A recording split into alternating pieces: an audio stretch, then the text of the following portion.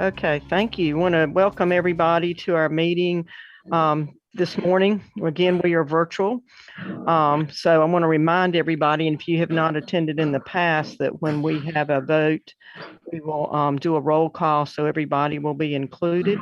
The first order of business is our approval of our minutes from our May 2021 meeting that was on May 15th, virtual also. The minutes were circulated in advance, so I hope everyone has had an opportunity to read those. And after a minute or so,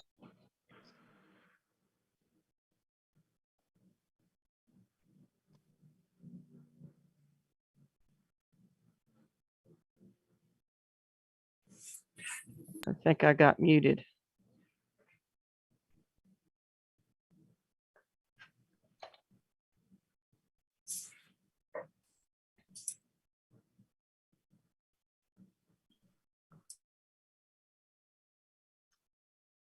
Is there a motion from someone?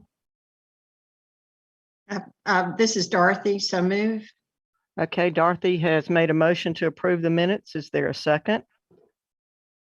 This is Teresa Scott, I'll second. Okay, who seconded it? Who seconded the motion, please? Madam Chair, this is Teresa Scott, I'll second the motion. Okay. Yes, please identify yourself when you speak. Okay, since we may not have any objections, let's just vote. If you're in favor, signal by saying aye, and then we'll let anybody that's opposed identify yourself. All in favor, say aye. Aye. Aye. Any opposed? Okay, we've approved the minutes. Thank you. Want to introduce new members of the commission. Teresa Scott, I see your own Teresa. Before Timothy left the state library, called with Teresa and got to know her some by phone. And Teresa, if you'll tell us a little bit about yourself. Teresa is from, I believe, Bertie County, also Eastern North Carolina. So I'm pleased to have another representative from the rural eastern part of the state with us. Teresa, please tell us a little bit about yourself. Good morning, everyone. Yes, it is a pleasure to be able to serve with you on the board. I did have a wonderful meeting by way of phone with Miss Mary and Mr. Tim. Unfortunately, I did not get the chance to meet him in person, so it was by phone where we fostered that relationship. But however, my name is Teresa Scott. I am in the rural area, but I'm actually in Northampton County. North Carolina. Sorry about that. That's okay, no problem. I'm in Northampton County, North Carolina. I've lived here for about 17 years. I worked for local government. At the time that I did my application, I was a certified deputy for the Registrar of Deeds office. I am now Northampton County's newest director of aging. So I'm the new director. So I also serve on our school board here locally for Northampton County. I of course serve on our local library board as well, and now at the state level. And last but definitely not least, as of September of this year, I am one of North Carolina's newest real estate agents. So I'm here, and in my spare time when I'm not doing all that, I am spending time with my three wonderful children, Jasmine, who's 21, Brandon, who's 17, and Barry, who is 16. So that's it. I'm looking forward to serving with each and every one of you. Okay, thank you, Teresa. We're very pleased to have you with us. I'm looking across the roster and I don't see anyone else that's new, but if there is somebody perhaps representing the NC, PLDA, or other library organizations that's new, I might not have a correct roster. So please let us know. Is there somebody else that's new to the commission? Okay, I don't have anybody, and I'm personally very hopeful that next May, when we meet again, we can meet in person. Like to see everybody and have some time together so we can get to know each other better. Okay, then let's move forward with the state library update. Many of you may remember Susan Forbes came to us about 2 years ago from the EPA library, and She's now serving in an interim state librarian role after Timothy's left. I spoke with Susan by phone earlier in the week, and so Susan has the state library update for us. All right. Thank you, Mary. And this probably won't be as involved as Timothy's updates, but hopefully it'll give you a good idea of what's been going on at the state library since since the commission last met. The first thing I wanted to start off with was the big news. It looks like we are going to have a budget for the first time in about 2 years. So we're very excited about that. And it includes raises. It also includes a one-time non-recurring increase of $10 million for state aid for this fiscal year, and then there is actually a general increase in the second year of the biennium. So that's excellent news. And then there's also a $300,000 recurring appropriation for the NC Kids Digital Library. And I also saw a grant in there for Union County Libraries. They're in the process of building a new facility. So all of this has yet to be finalized and yet to be signed, but we are hopeful that that is going to happen. And it's a positive thing. We're seeing a lot of positive things in the budget for libraries. I understand it's not finalized yet, though, but this is what the current situation is. Are there any questions so far? Okay, and Christine, I can't see the comments, so if there is anyone that has a question in the comments, if you could let me know. Will do. Thank you. And then just wanted to share with you, we do have some new staff to welcome. Katina Jones is our new Director of Library Development, and she joined us in June, I believe. Katina, did you want to introduce yourself quickly to the commission? I'll just say good morning, and I'm looking forward to working with you all. Hope you all have a great day. Thank you. Tina on board, and we have had some additional staff, some more staff additions over the past few months. Notably, Michelle Underhill has come back as our digital services supervisor in the Government and Heritage Library, and she was formerly director of the Government and Heritage Library. We do have multiple open positions right now, and we are working hard to get those filled. Notably, the state librarian position is now open, and I will be working with Deputy Secretary Stacy Meyer to do a nationwide search to find a new state librarian from North Carolina.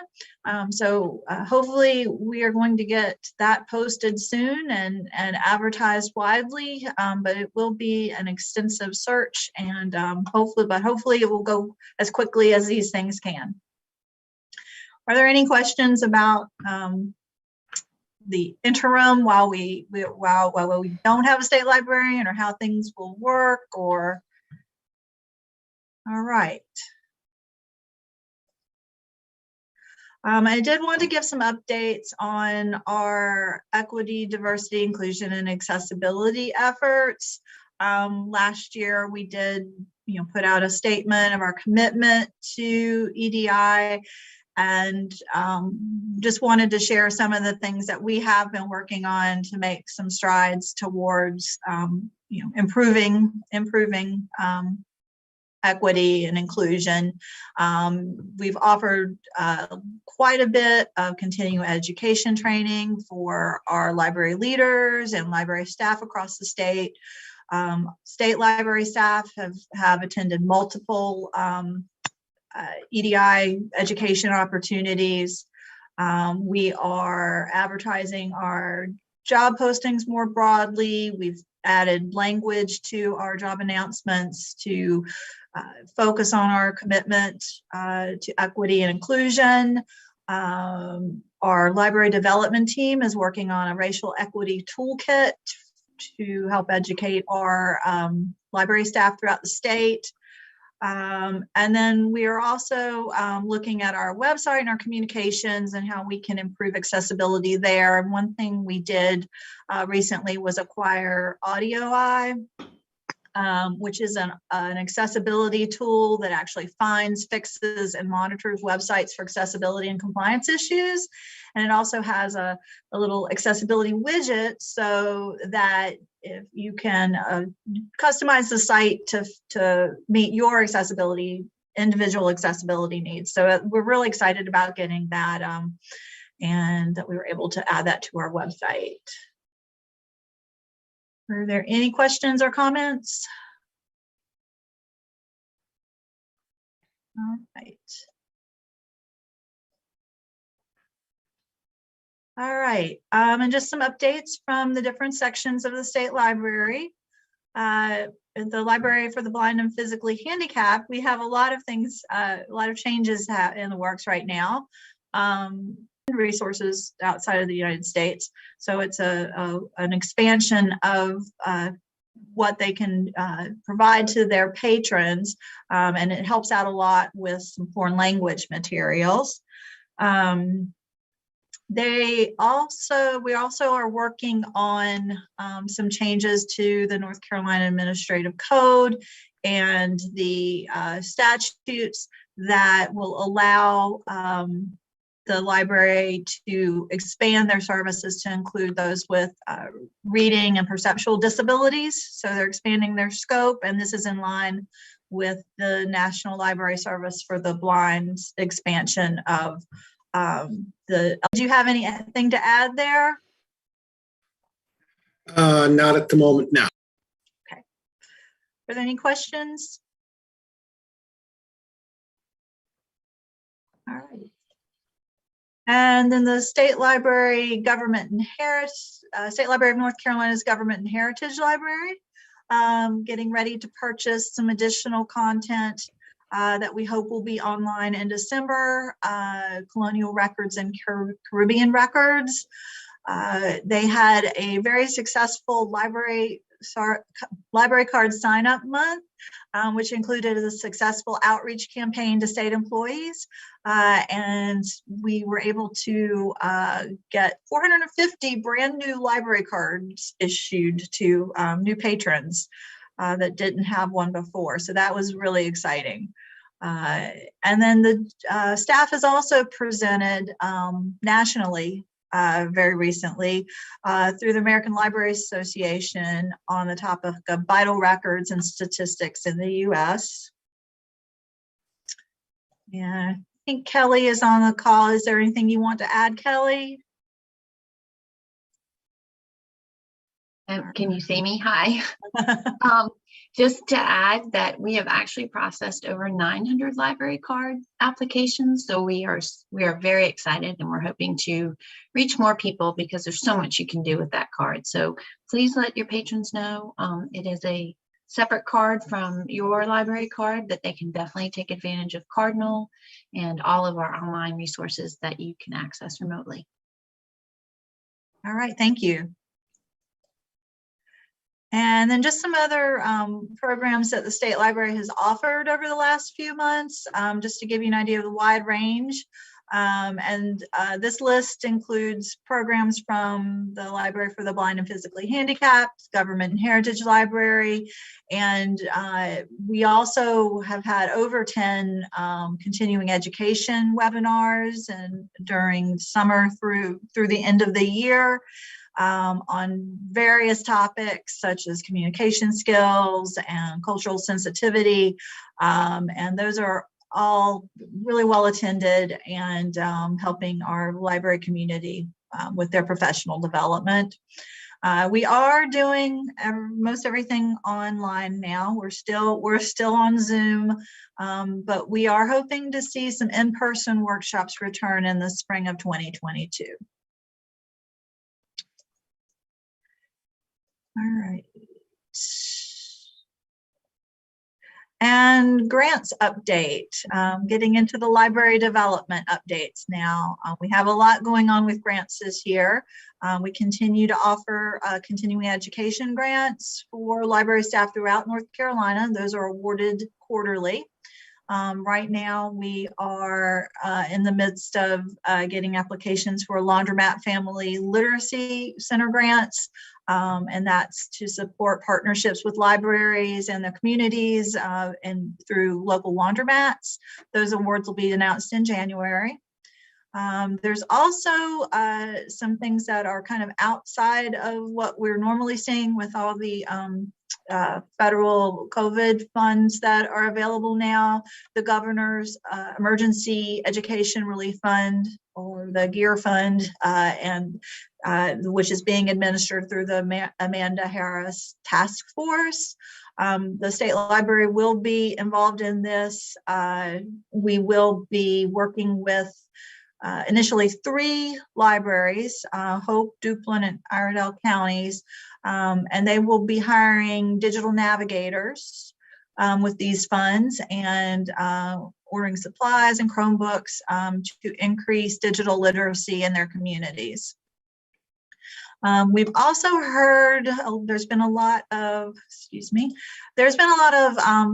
buzz about this ARPA Capital Projects Fund, and this is actually something that is going to be handled through the governor's office. We believe it is not going to be administered through the state library, although we are hoping to be involved, but it is funding that carry out capital projects in response to COVID. So it does include some funds for broadband, it includes funds for broadband and some infrastructure, although it remains to be seen what this grant program is going to look like, what the parameters will be.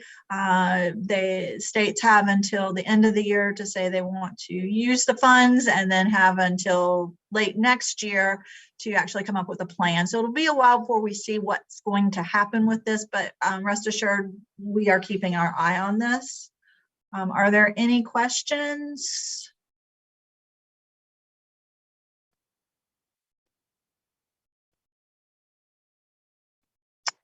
Okay, and then we certainly, last but not least, the IMLS grant programs.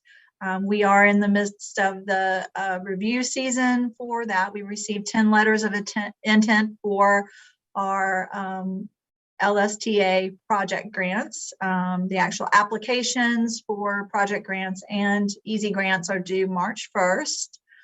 And then we are also offering adapting technology grants right now with the ARPA funds that we were provided with through IMLS earlier in the year. And these grants will allow libraries to improve technology efforts. Again, as a result to respond to the pandemic. All right. And are there any questions about any of the grant opportunities or what's going on in that area? All right. Some other highlights. The State Library acquired the Northstar digital literacy platform. And so far we've trained 23 North Carolina public libraries. Northstar is a digital literacy tool that offers training to adult learners and helps the libraries teach essential digital literacy skills to adults in their communities. We are also, again, offering Read Squared, which is an online reading program platform to the libraries. This was something else that we acquired for the libraries in North Carolina in response to COVID, since everything has moved online. So we have renewed this through May 2022, and it's available to all North Carolina libraries. And Jasmine Rockwell is the contact for that resource. And NC Cardinal update. NC Cardinal, which is the shared catalog and resource sharing consortium of North Carolina libraries, celebrated its 10th anniversary in September. It's now represented in 57 counties throughout North Carolina. So over half of our NC counties are using. And let's see what else. Yeah, it continues to be an incredibly successful program and a great resource for North Carolina libraries. Digital Heritage Center. Just an update, quick update on that with the addition of content from Hoke, Gates, and finally Camden counties. The North Carolina Digital Heritage Project now includes content from all 100 counties. So those are all the updates I have. Does anyone have any questions?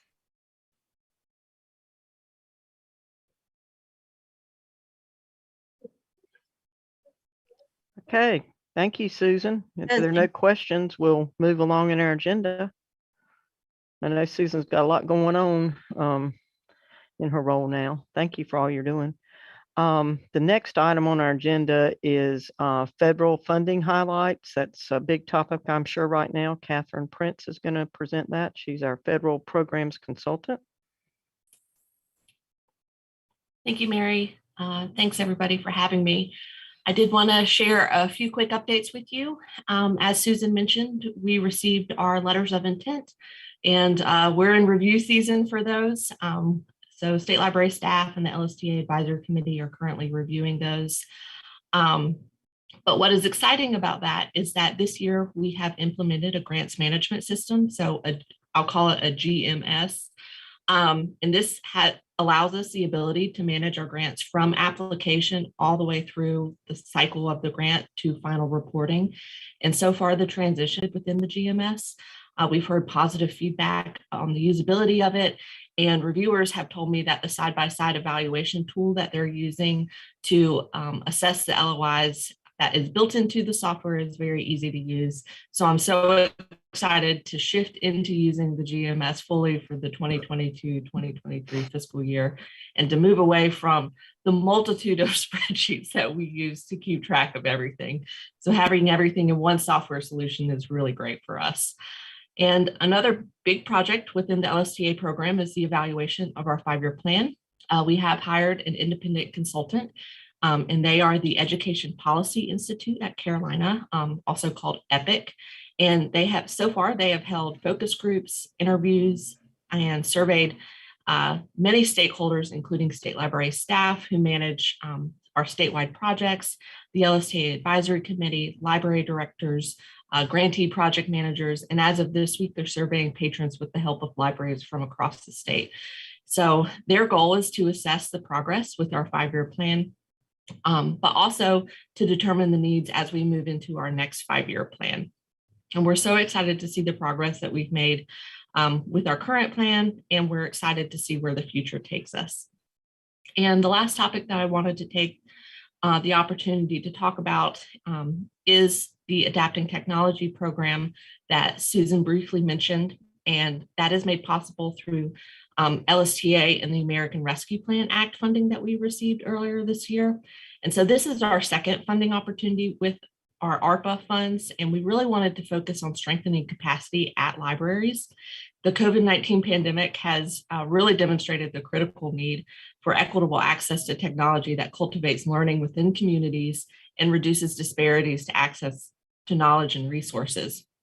And so we're inviting applications that allow for libraries to improve library operations through the purchase of technology that supports efforts and enables libraries to reach residents, especially in support of education, health, and workforce development, and also to respond to the pandemic and implement public health protocols. One thing that we really wanted to focus on was to reduce the burden for libraries. So we intentionally structured the application in a more streamlined manner.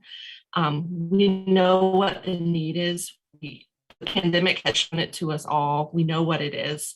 And so as we created it, we wanted to be able to give libraries as much time as possible to be able to purchase items. So we created 2 deadlines, December 1st of this year and also February 1st of 2022. And so again, the idea was just to allow as many libraries as were able to be funded quicker. And this is to accommodate issues with the supply chain. We hear about it every day. I hear about it every day with grantees having issues with tablets and everything. So we wanted to be able to give them as much time as possible to be able to purchase the items that they need or to be able to find a suitable replacement for that. And so we anticipate that we'll have $2.5 million to allocate through this program. And we really want to encourage libraries to apply to get up-to-date technology for their patrons. And so with this program, we wanted to provide a comprehensive list of eligible technology items. A lot of times we get questions, oh, is this an allowable cost? So we really wanted to be able to give libraries as much information as possible upfront. So as they're working on their budget, that they could quickly reference that list and know that it's allowable and not have to wait for a response from the state library. Although we do respond quickly, but we wanted to save as much time as possible. And so while the list isn't exhaustive, it is a great starting point, and it includes items like general technology, which can range from technologies all the way to self-check kiosks, meeting room technology, workforce development technology, and also pandemic relief supplies. That's all I have for you today, but if you have questions, please let me know. I'm happy to answer any questions you might have.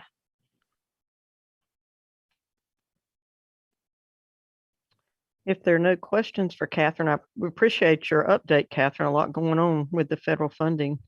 It There sounds is. like you've got Busy. a lot of organization that's helping with it too. That's great.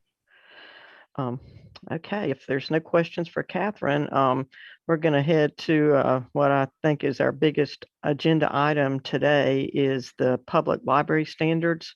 We spoke about those in our May meeting and reviewed them, and then we received an updated copy in an email. And I guess, Teresa, this was your first opportunity to look at them. I reviewed them again last night. And so Linda Reynolds, our public library management consultant, is going to discuss the standards, and then we'll have a roll call vote. All right, thank you very much, Mary. Let me share my screen.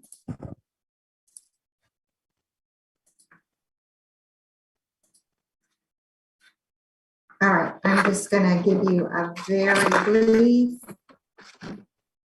recap of the North Carolina Public Library Standards since your last meeting. I'm going to share an overview on how the standards are intended to be used, answer any questions you may have, and then ask for your approval of the standards. I'd like to review how to use the standards.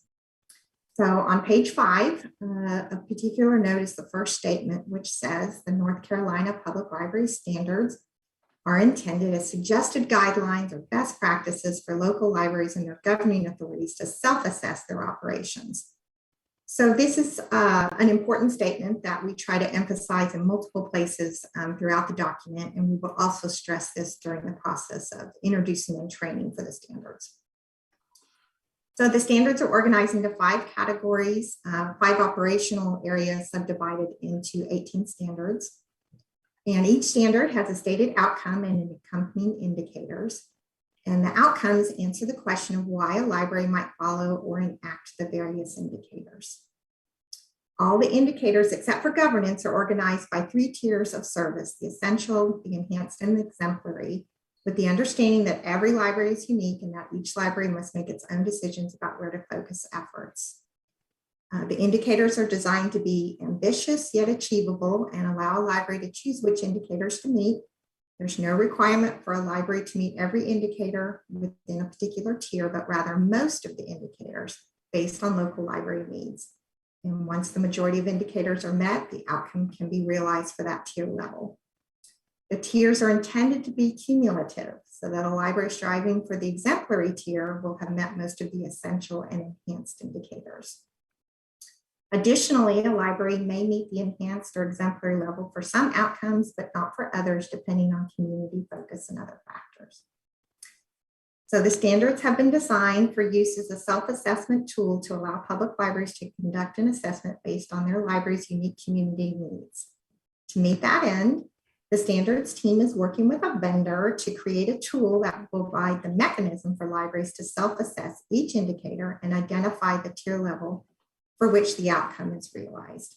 Additionally, the tool will integrate specified data from the public library survey, provide notations for tracking progress, and allow for the creation of comparison reports and templates to share with stakeholders. We're very excited about that.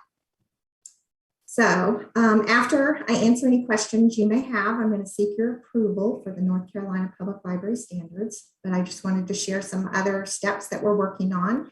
We are testing and finalizing the self-assessment tool that I mentioned. We hope to have that done by mid-September, mid-December. We're working on formatting the document. Kylie Sullivan just provided a draft copy of that to me. The document will be formatted for accessibility and to meet state library branding. So we're looking forward to getting that document formatted and on. Then we're the standards team is working on our webpage. It will include online access to the standards as well as the link to the document that's being formatted. The webpage will also include access to the self-assessment tool that I mentioned, some FAQs and other resources. And upon State Library Commission approval, the timeline for introducing the standards to North Carolina public libraries is scheduled for early January 2022. And we will be developing training opportunities for the standards, including training on the self-assessment tool. And the training will take the form of live informational sessions, pre-recorded videos, and continuing education webinars. And I would just like to take this opportunity to thank the members of the State Library Standards team, Lauren Clossy, Jeffrey Hamilton, Amanda Johnson, Catherine Prince, and Jasmine Rockwell, as well as the two representatives from the State Library Commission who served on our standards working group, Michael Roche and Jimmy Ryder. Their service has been greatly appreciated during this process. And I think I'm at the point, yes, where I can answer questions, so I will stop sharing. What questions do you have that I can answer?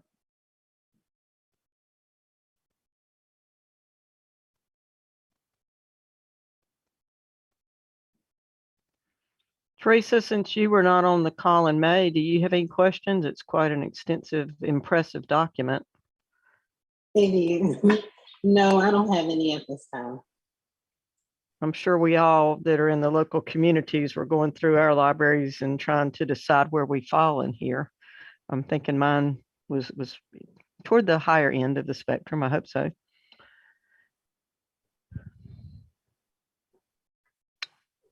Are there any questions for Linda? I know we had quite a few questions at our meeting in May. I don't have a question. I just want to emphasize how helpful I think it is to have the 3 tiers of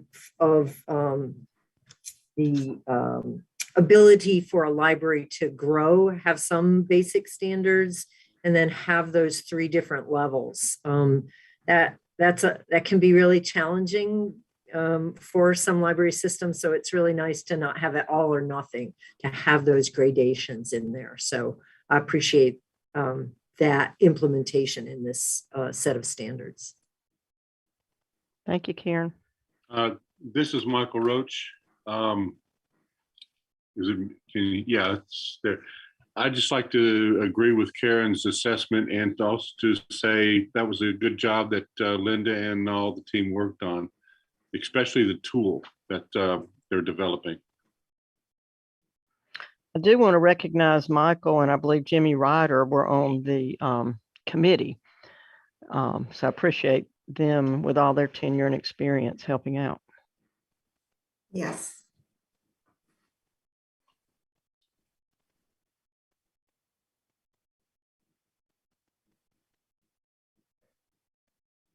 More questions or comments? This is Bridget. I think to echo a little bit of what Michael and Karen said, but even further than that, having this tool and being so specific and actually having it in the tiers. As a public library director, when you're talking to your local funding sources, it's really great to be able to talk to them based on the way this is laid out. So I think not only will the tool help us to provide service for the community, but it'll also help us to make the case for increased funding at our levels, because when you start looking at, oh, how many staff members per 25,000, that speaks to elected officials, it speaks to city managers and county managers. So I think that's, for me, one of the greatest things. It's just spelled out and it makes the case for conversation about funding and support pretty clear. Thank you. That's a very good point. I would say most of us need more funding than we're getting based on our staffing levels. Yes.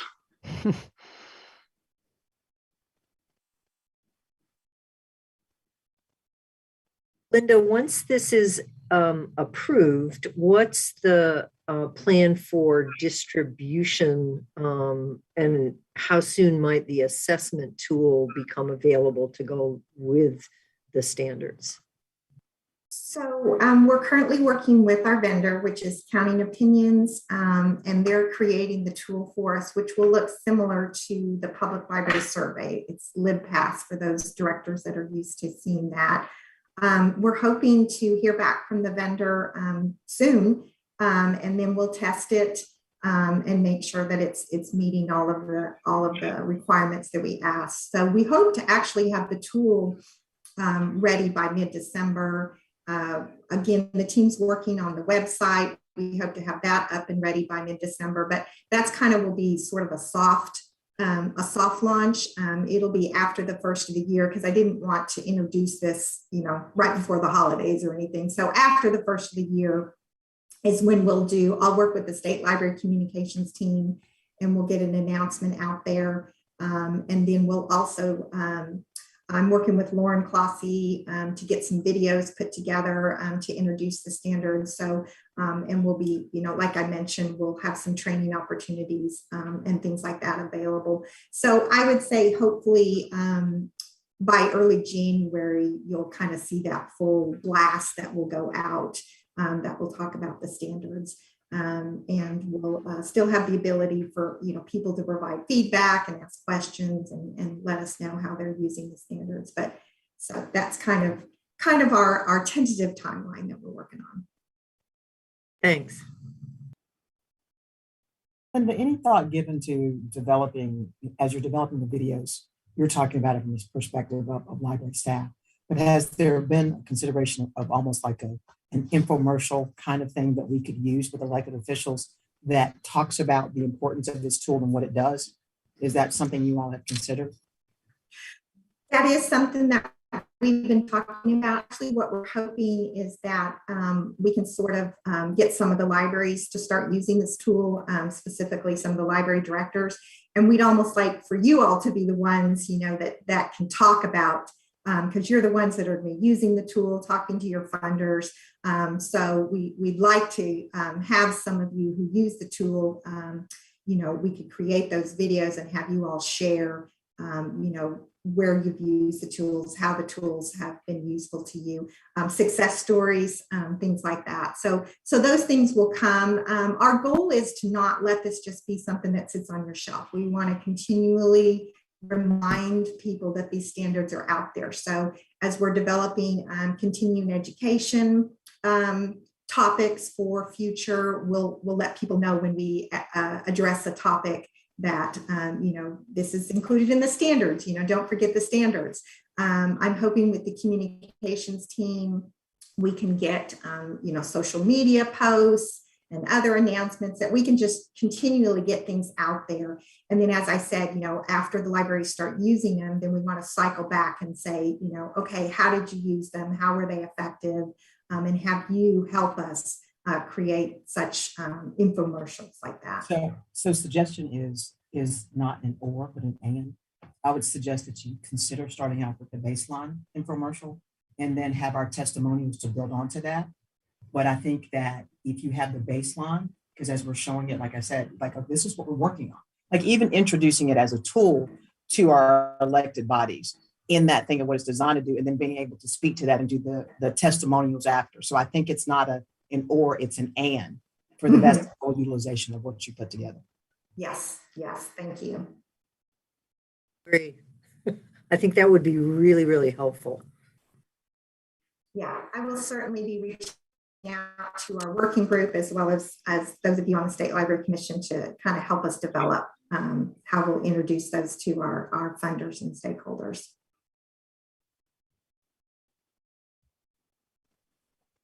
A lot of good ideas. Any more discussion?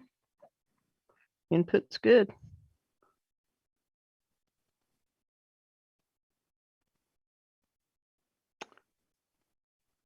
Okay, if there's not further discussion, I think we could move forward with our vote. And given the importance of it, I think I will do a roll call vote when I call your name. And I may have some people I'm calling that are not on the call. So Susan, maybe you can help me with that. Tammy Baggett, is Tammy Baggett on? Yes, I'm on the call. Okay, hey Tammy. Signify aye if you approve and nay if you do not or no. Aye. Okay, Bridget Blanton, I know you're on. Aye. Rachel first, is Rachel on?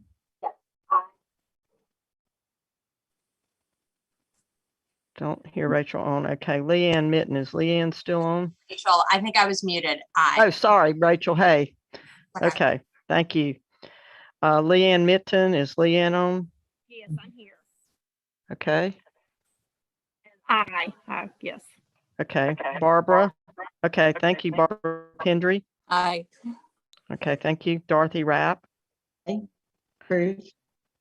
Jimmy Ryder. Is Jimmy on? He is not on the call. Okay. I know Michael Roach is on. Aye. Okay, Lori Russell, is Lori on? Yes. Aye. Teresa Scott. Aye. Libby Stone, is Libby on? Yes. Aye. Karen Wallace, I know Karen's on. Aye. Ricky Woods. Here. Okay. Okay, is that an aye? Aye. And I think I've called everybody that's on my list and I vote aye as well. So I believe all the ayes have it. So we look forward to hearing more about the roll call and maybe some information on our listserv in coming months so we can stay informed on the commission. And thank you, Linda, for all your hard work. And I think this is a great tool. I'm personally very excited about it. And I think it will help as we've said, our local libraries meet with their elected officials and city and county representatives to try to increase our funding. Okay, the next item, thank you, Linda. The next item on the agenda is an update from the NCP-LDA. Is that Bridget, are you representing NCP-LDA or is there someone else? Well, I think we're gonna, we'll do what we did last time, which is kind of, I'll give a little bit and we can add. But we actually had our August meeting, which I think was again, virtually. But we spent a lot of time working on looking at, I think, as we mentioned at our last meeting, we're kind of examining the mission, vision, and values of the organization. So that has happened. So where we were at was like looking at areas of focus. So we spent 2 days together just kind of hashing that out, I guess is the best way to put it, but in a very positive and productive way. So we decided that as NCP-LDA, that our 2 primary areas of focus over the next year or so is going to be advocacy and leadership development. We found that regardless to the size of our library systems, those 2 pieces seem to be the common grounds that we were all working toward and where we should actually focus some of our efforts together. Specifically looking at the fact that some library systems that have more opportunities, how that gets shared with library systems who don't, that whole, we're all one library at the end of the day in North Carolina, serving our customers and our patrons and how that works best together.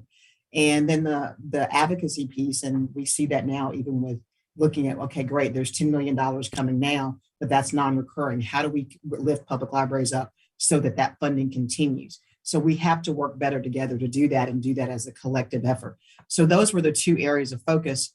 And then of course, our December meeting, yet again, unfortunately will be virtually, because of COVID. But I think we perfected it in the sense of how we make the awards work. I think in some ways our award ceremony is actually a little bit more fun virtually. People get a little bit more of a limelight and a shine that way. We are still, I think the last final stages of developing a new logo and a new look so that we're relevant. And we will continue to, we hold elections in December. So there'll be some changes in the leadership in the organization. And there's some people, but I'll let them share for themselves what they're planning on doing at the end of the year from NCPLDA and this commission. Karen, Michael, you guys have anything else to add? I think one of the other things that has been an effort by many of the public libraries in North Carolina is the striving to remove barriers by becoming fine-free. Lots of libraries have announced that they have been able to remove overdue fines from their policies and practices in an effort to, be more inclusive. Those barriers of overdue fines are much more difficult for people of lower income, and that it may actually prevent them from being able to use their library at a time when the resources that we have available are really important. So it's a growing number of libraries. And for those library systems like mine who are not there yet, it's certainly an inspiration. And it's got our library board talking about when are we going to do that? So I think there's a lot of interest, and it's really nice to see so many libraries working on that. One other thing, and this wasn't really done through NCPLDA, but this week is Story Walk Week. And if you don't know about Story Walks, they are where you take a book and make the pages of the book into boards that are large format, and they're outside where people can often get involved in some kind of exercise or activity at the same time as reading a story. And this is Story Walk Week, sponsored by the Association for Bookmobile and Outreach Services. And a number of North Carolina libraries sent photos and are represented in that national and international effort to emphasize not only the importance of literacy, but of movement as well. So it was really nice to see a lot of North Carolina libraries represented in that Story Walk celebration. And Karen, to follow up on what you said in the chat, both Ricky Woods said that they went fine-free in Mecklenburg County, and it looks like Lori says that High Point has also gone fine-free. So it's slowly happening. It's a growing trend. That's great to see.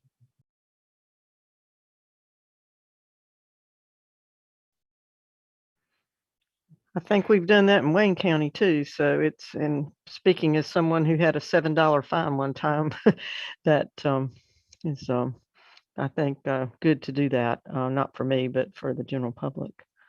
Other comments? I'm glad to see everybody has perfected the online method of communication and meetings, but I'm sure we're all going to be glad to get back to meeting in person and more personal interaction with each other. Okay, any questions for this group? If not, we'll move on to Libby Stone, if you're still the NCLA president, or there may be somebody else by now. Libby? Actually, Libby is the new NCLA president. Okay. But she graciously is allowing me, as the immediate past president, since this is my last meeting with you, to give our report. The North Carolina Library Association has closed out another successful conference.